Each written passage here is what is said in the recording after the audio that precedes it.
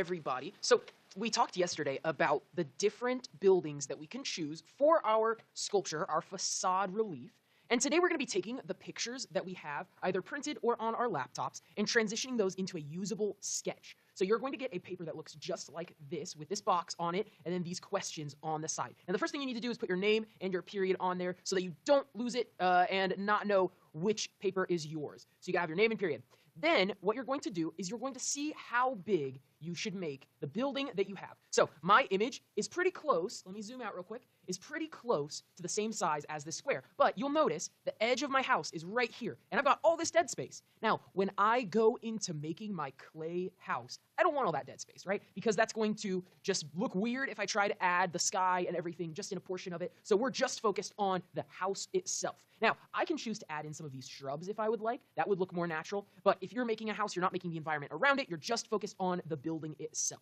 Okay, so when I go to sketch it, I'm going to start by going in and blocking out the large parts of it. So if I can zoom in real quick, I want to focus on, and let me use a color, I'm going to focus on this triangular roof, the square part of this roof, and then the pillars, the ground, and the sides. So I'm really just focused on the main shape of the entire house. So then I'm going to go into my project and decide how big I want that to be. Now with our projects, you want to fill as much of this square up as you possibly can, because the larger you go with your project, the easier it's going to be to get those fine details. If I were to try to do this door the size that it is right now, I would have a really tough time trying to get all these little tiny details as clay. But if I make it twice as big to fill this square, I'm going to have a pretty easy time. So then I'm going to go in there with my pencil, and I'm just going to sketch in the lines for my house.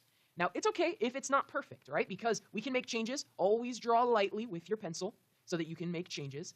And I'm going to make the house roughly how it's going to look. Now, you'll notice I'm not paying attention to any of the fine details at this point. I'm just focused on getting the shape of the house down so that I can go back in later and make it a little bit neater.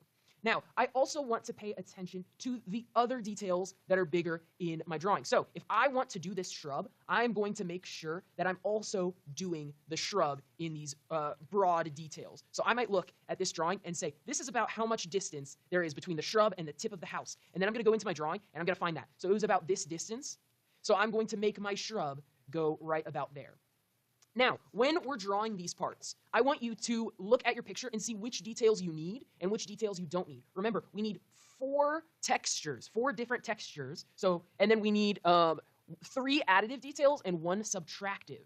So I need to figure out which of these details I'm going to transfer over. But if there's unnecessary details that you don't feel like you can capture or you just don't really like, then you don't have to replicate them. Like there's this vent up the top of the house. I don't think I'm going to make that because I really like the wood grain pattern and I kind of want to keep that in there.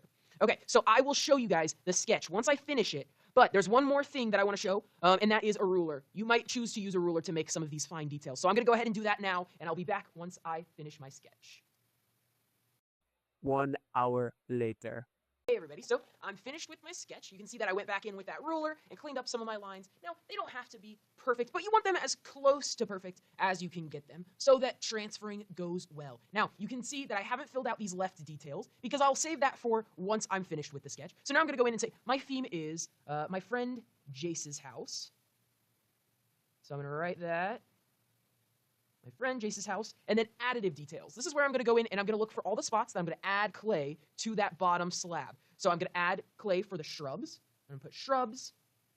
I'm going to add clay for the shutters on the window, so I'm going to put shutters. I'm going to add clay, which other spot? Probably the roof. I'm going to have the roof come out of it. I'm going to say the roof. So then I'm going to look for subtractive details. So my subtractive details are going to be the windows. I'm going to make those go in. And then I'm going to look for 4 different textures. Now, when we say different textures, we're not looking for like you to say each rung of the wood paneling. We're looking for specific different textures. So I could say the wood paneling, but I also should say the bushes, the shingle texture,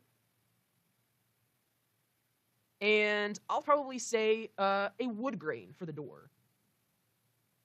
So wood grain. So now I've filled all of these out. Now, if you got to any of these points and you're thinking, I don't really have a detail that I want to be additive, or I don't really have a detail that I think, or I don't have 4 textures, I only have 3, this is when you need to go back in and look for more details that you can add. whether those are fictional or from your image. Now, I want to show you all the reason that we have to make our images so large when we sketch them. Now, this is because we're going to do a process called transfer printing onto our clay slabs. So if I can zoom out here for a second, I've got my clay slab, and then I've got my image. Now, what I'm going to do when I want to transfer print is I'm going to go in with a Crayola marker, and I'm going to do all of the lines of my house. Now, I'm only going to do the outer edge for the sake of this video because we're not doing a full demo on this, and we'll do that later. So I'm going to do the outer edge of this. So I'll do all of the bases of my tree, the bottoms of the bushes, and the sides of the house. Now, once I've got all of these, and you will finish all of your details. But once I've got all of these, I can put it face down onto my slab, and I'll line it up so that my image is fully on it, and then I'm going to rub with my hand. And then just like that, once I peel it off, you'll get an exact transfer of your house drawing. So now I have those lines all ready for me to carve and add details onto. Now you'll notice that this is flipped backwards. Now, Mrs. Kendall and I will help you all with that when we finally get to that point, but we're not there yet, so we'll talk about that once we get to that clay step. Today, just worry about sketching and finishing that sketch and making it look really pretty and answering all of these questions on the side. So that'll be what our work time is today.